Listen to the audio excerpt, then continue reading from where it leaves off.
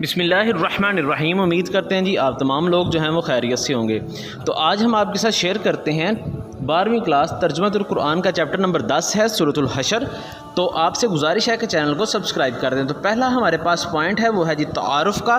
تو چلیے اس کی ریڈنگ جو ہے وہ سٹارٹ کرتے ہیں۔ تو سب سے پہلے ہمارے پاس شارٹ کویسچن اس کا بنے گا کہ اس سورۃ الحشر کا مختصر تعارف بیان کریں۔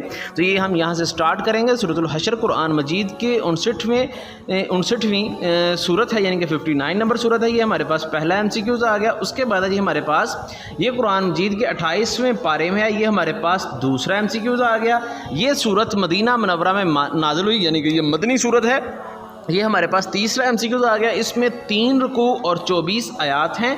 تو یہ ہمارے پاس جو ہے یہ جی چوتھا MCQز آ گیا، اور یہ ہمارے پاس 5واں MCQز آ گیا۔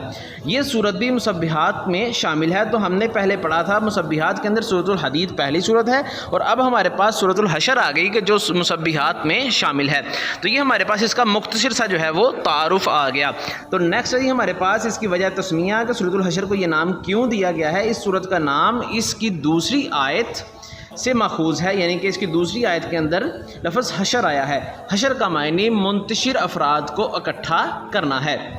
تو یہ ہمارے پاس جو ہے اس کی جو ہے وہ وجہ تسمیہ آ گئی۔ اب اس کے شان نزول کیا ہے، یہاں اس سے مراد یہ ہے، اچھا جی یہاں اس سے مراد یہ ہے کہ بنو نذیر کے تمام افراد مدینہ منورہ سے جلا وطنی، تمام افراد کی جلا وطنی ہے، کیونکہ ان کے تمام افراد کو جمع کیا گیا اور مدینہ منورہ سے نکال دیا گیا، جس کے لیے جلاؤں کا لفظ جو ہے بھی استعمال ہوا ہے، جس کا معنی بال بچوں سمیت جلا وطن کرنا ہے۔ یہ سورت مبارکہ بنو نذیر کے متعلق نازل ہوئی۔ تو یہ ہمارے پاس اس کی وجہ تسمیہ اور اس کا شان نزول آ گیا۔ شان نزول کے بارے میں ایک حدیث لکھیں، تو یہ ہمارے پاس آ گیا کہ شان نزول کے اندر حدیث آ گئی کہ حضرت عبداللہ بن عباس رضی اللہ تعالی عنہ فرماتے ہیں کہ سورۃ حشر قبیلہ بنو نذیر کے یہودیوں کے بارے میں نازل ہوئی تھی۔ اگلا ہمارے پاس اس کا پیرا آ گیا جی شان نزول کے متعلق ہی، یا ان کے جو ہے وہ سورۃ الحشر کے پس منظر کے متعلق، کہ نبی کریم خاتم النبیین صلی اللہ علیہ وسلم جب مکہ مکرمہ سے ہجرت فرما کر مدینہ منورہ آباد ہوئے تو وہاں یہودیوں کے 3 قبائل بنو قریظہ، بنو کناقے اور بنو نذیر آباد تھے۔ نبی کریم خاتم النبیین صلی اللہ علیہ وسلم نے انہیں میثاق مدینہ کے تحت مذہبی، معاشرتی اور معاشی آزادی عطا کی اور معاشرے میں مقام عطا فرمایا۔ تو یہاں پہ جو ہے وہ ہمارے پاس آ گیا جی میثاق مدینہ سے کیا مراد ہے کہ آپ خاتم النبیین نے یہودیوں کے قبائل کے ساتھ جو ہے وہ ایک معاہدہ کیا تھا۔ اسی کے اندر ایک شارٹ کویسچن آ جاتا ہے کہ جی مدینہ میں یہودیوں کے کون کون سے قبائل آباد تھے۔ تو 3 قبائل جو ہے وہ یہودیوں کے آباد تھے۔ یہ ہمارے پاس شارٹ کویسچن اس کے اندر سے آ گیا۔ یہودی اس معاہدے کا پاس نہ رکھ سکے اور بالآخر یہودیوں کو مدینہ بدر کر دیا گیا۔ یہودیوں کو مدینہ بدر کیوں کیا گیا؟ کیونکہ انہوں نے میثاق مدینہ جو ہے اس کا پاس نہیں رکھا تھا، جس کی وجہ سے انہیں مدینہ بدر کر دیا گیا۔ غزوہ بدر میں کفار کو شکست ہوئی، جس میں بنو قریظہ کے سردار کعب بن اشرف نے مکہ مکرمہ جا کر کفار و مشرکین کو مسلمانوں کے خلاف بھڑکایا۔ یہودیوں کے کس سردار نے مسلمانوں کے خلاف کفار مکہ اور مشرکین مکہ کو 12 سردار کعب بن اشرف نے۔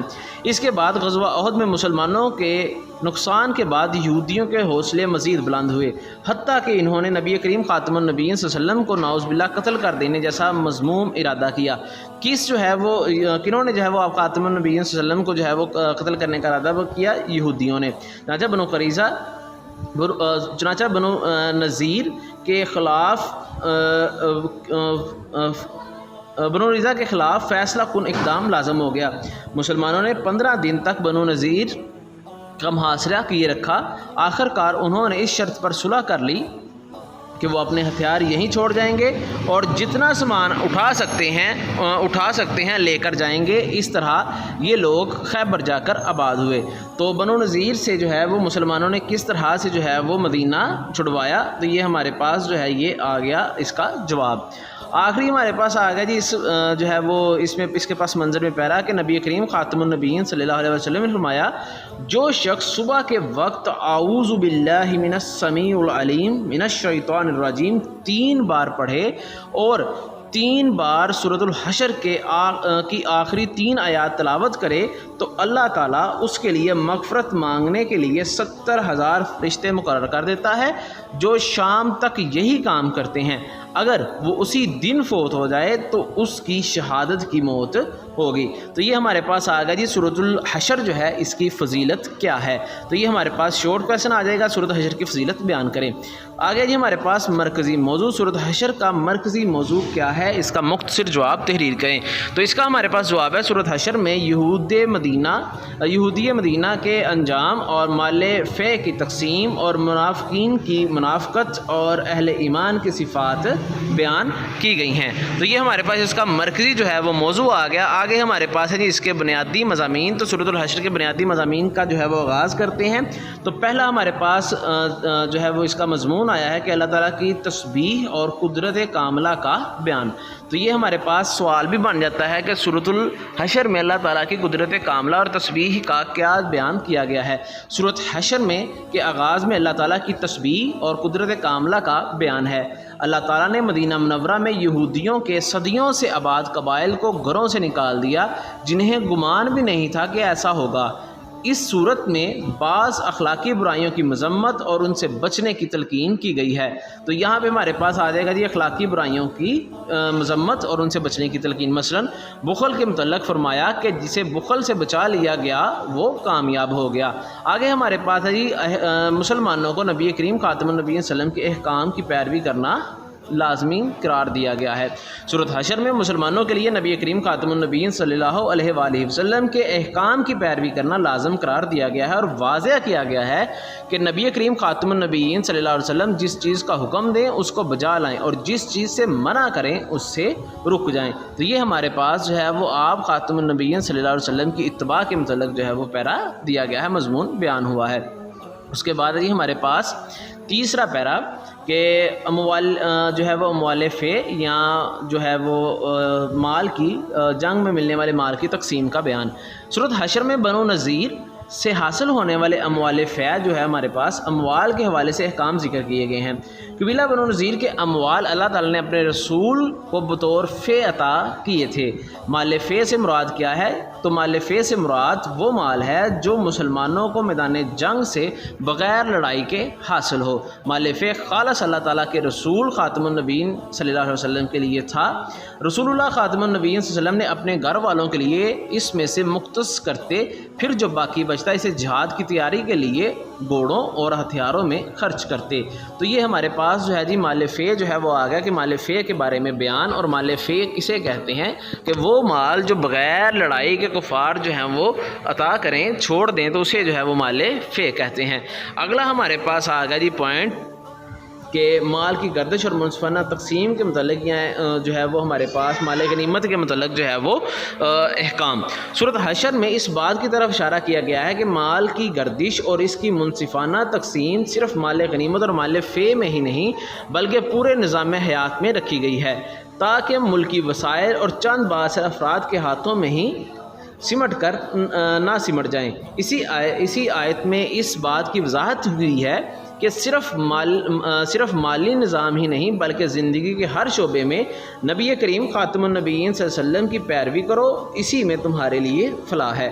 تو یہاں پہ جو ہے وہ ہمارے پاس آ گیا جی آپ زندگی میں کامیابی کے بارے میں، ہمارے لیے زندگی کی کامیابی کس طرح، دنیا و آخرت کی کامیابی کس طرح ممکن ہے۔ مال فے کی تقسیم کے حوالے سے فقراء، مہاجرین، انصار اور عام مسلمانوں کی چند صفات بیان کر کے ان کے استحقاق کی وضاحت کی گئی ہے۔ تو یہ ہمارے پاس مال فے کی تقسیم کے حوالے سے کن میں کیا جا سکتا ہے تقسیم بیان کیا گیا ہے۔ مہاجرین کی تعریف کا بیان۔ مہاجرین کی تعریف کرتے ہوئے ارشاد فرمایا کہ وہ ہر وقت اللہ تعالیٰ کا فضل اور رضا طلب کرتے رہتے ہیں، اللہ تعالیٰ اور اس کے رسول خاتم النبیین صلی اللہ علیہ وسلم کے مددگار ہیں، سچے ہیں۔ آگے انصار کی تعریف بیان ہوئی ہے، تو انصار کی تعریف کا بیان۔ انصار کی تعریف کرتے ہوئے ارشاد فرمایا کہ یہ ثابت قدم ہیں، اللہ تعالیٰ کے پسندیدہ لوگ مہاجرین سے محبت کرتے ہیں، سخی ہیں، اپنی ذات پر مہاجرین کو ترجیح دیتے ہیں۔ صحابہ کرام کی آگے تعریف آگے جی ہمارے پاس صحابہ کی تعریف۔ تو صحابہ کی تعریف بیان کرتے ہوئے اللہ تعالیٰ نے ارشاد فرمایا کہ کتنے ہی تنگ دست اور ضرورت مند کیوں نہ ہو، یہ ہمیشہ دوسروں کو خود پر ترجیح دیتے ہیں اور ہر معاملے میں اثار سے کام لیتے ہیں۔ آگے ہمارے پاس ہے جی مہاجرین و انصار کے علاوہ قیامت تک آنے والے تمام مسلمان جو ہیں ان کے بارے میں بیان۔ تو مہاجرین و انصار کے علاوہ قیامت تک آنے والے تمام مسلمان اپنا دامن ہمیشہ اللہ تعالیٰ کی بارگاہ میں پھیلاتے ہیں اور ایمان والوں کے لیے دعا کرتے ہیں اور اہل ایمان کے ساتھ بغض رکھنے سے اللہ تعالیٰ کی پناہ مانگتے ہیں۔ تو آگے جی ہمارے پاس منافقین کی علامات کا بیان، اگلا ہمارے پاس اس میں مضمون بیان ہوا ہے۔ اس کے بعد منافقین کی چند علامات بیان ہوئی ہیں۔ یہ لوگ دشمنان اسلام سے ہمدردیاں رکھتے ہیں، انہیں یقین دلاتے ہیں کہ اگر تمہیں مدینہ منورہ سے نکالا گیا تو ہم بھی تمہارا ساتھ دیں گے، اگر تم سے جنگ کی گئی تو ہم تمہاری مدد کریں گے، حالانکہ یہ دونوں نہ سمجھ جھوٹے ہیں۔ حقیقت میں یہ آپس میں بھی ہمدرد نہیں ہیں، ان کے دل جدا جدا ہیں، یہ کھلے میدان میں آنے سے بھی ڈرتے ہیں۔ ان کی مثال شیطان کی ہے، یعنی کہ منافقین کی مثال جو ہے وہ شیطان کی طرح کی بیان کی گئی ہے، جو پہلے انسان کو کہتا ہے کہ انکار کر، پھر جب وہ انکار کر دیتا ہے تو شیطان کہتا ہے میرا تجھ سے کوئی واسطہ نہیں ہے۔